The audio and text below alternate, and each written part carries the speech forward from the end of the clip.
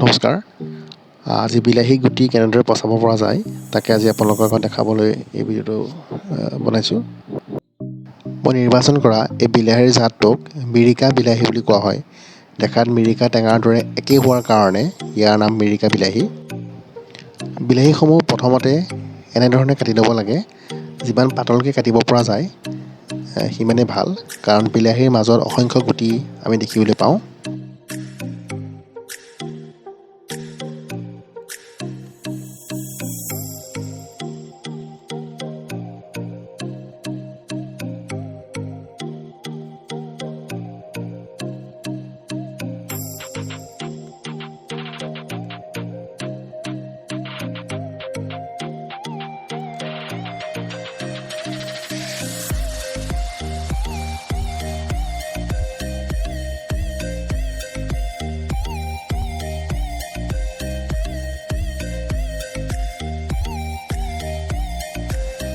এতিয়া গোবৰ আৰু মাটিৰ এটা মিশ্ৰণ ভালদৰে তৈয়াৰ কৰি ল'ব লাগে, য'ত আমি বিলাহী গুটিবোৰ পচাম।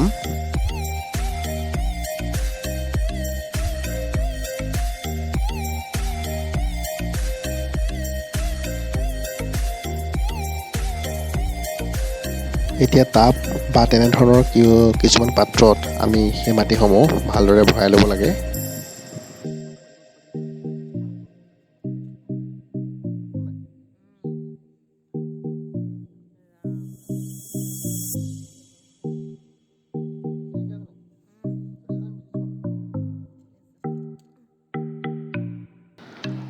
তাৰ পাছত এনেধৰণে বিলাহীৰ টুকুৰাসমূহ এটা নিৰ্দিষ্ট আৰ্হিত বা সজ্জাত আমি তাক এনেদৰে টাবত সজাই ল'ব লাগে।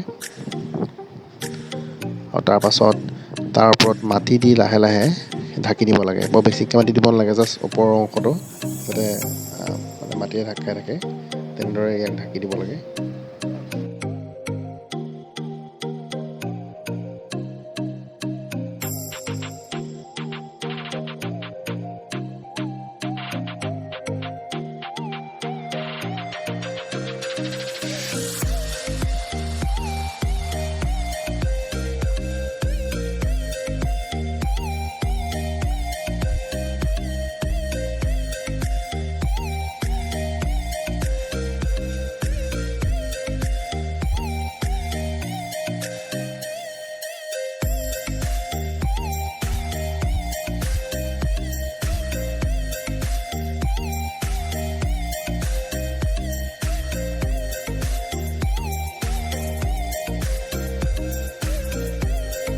সেই কাম হোৱাৰ পাছত আমি সেই টাবত অলপ পানী ছটিয়াই দিব লাগে।